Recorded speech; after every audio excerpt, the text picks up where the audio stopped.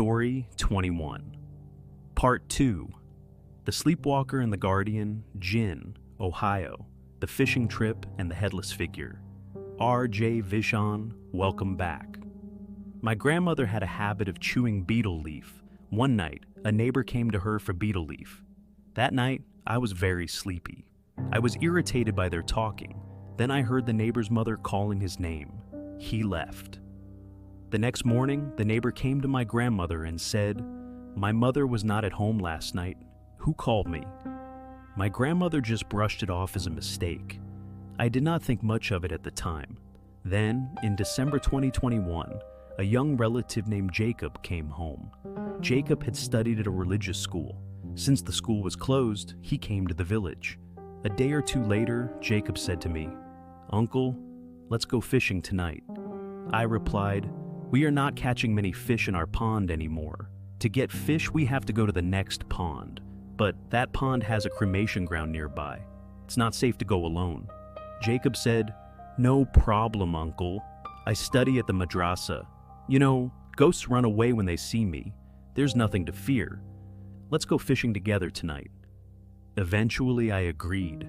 Around 8 p.m., we took a flashlight, a fishing net, and some bait, and set out. It took about 30-35 minutes to reach that pond. I warned Jacob not to go near the abandoned cremation ground and to always stay together. Jacob agreed. For a while, we were not catching many fish. Both of us said, "We came to fish. We can't go back empty-handed." So, we separated a little. I went east, Jacob went west, but not too far. Suddenly, I started catching many fish. I noticed that the fish were not moving. They were large fish. I put down the nets and started catching them with my hands. I was getting a lot of fish, enough to eat for many days. Suddenly, my hand went into a hole about 5 or 6 hands wide and 1 hand deep. I hadn't seen the hole before. As soon as my foot touched the hole, a large catfish, about 4 or 5 kilograms, jumped out. I ran after it, caught it, and tried to put it into my bag. But my bag was already almost full. I couldn't fit the catfish. I thought I would call Jacob to help me put the catfish in the bag. That's when I looked up and saw that I was standing right in front of the abandoned cremation ground. I had walked there without realizing it. There were 2 palm trees and a banyan tree at the cremation ground. When I looked toward the banyan tree, I was completely unprepared for what I saw. I saw a headless figure staring at me. As I watched, that figure multiplied into 3 figures. I did not know what to do. No prayer came to my mind.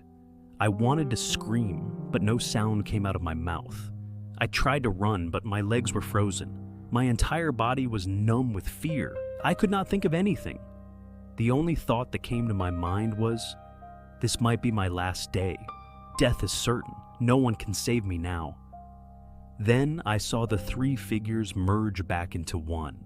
It became a tall, black, foul-smelling creature with sunken eyes from which fire seemed to come out.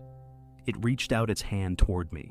At that exact moment, a man about 7 or 8 feet tall, dressed in a white Punjabi, appeared in front of the creature.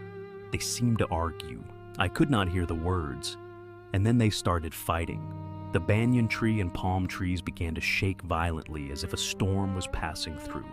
I could not control myself. Then I lost consciousness.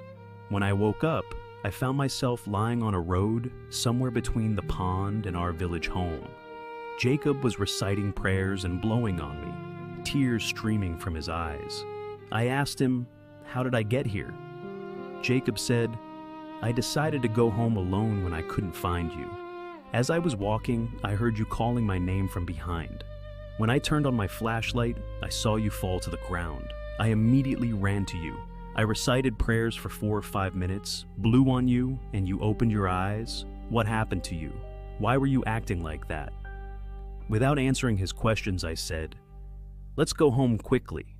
As we started walking back, I saw my bag full of fish and the catfish tied with a towel. I also noticed that my body was burning with fever. With great difficulty, I reached home.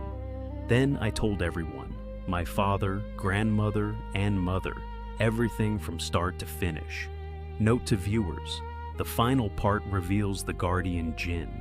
Send your true story to rjvishon@gmail.com. Everyone stay well. Allah Hafez.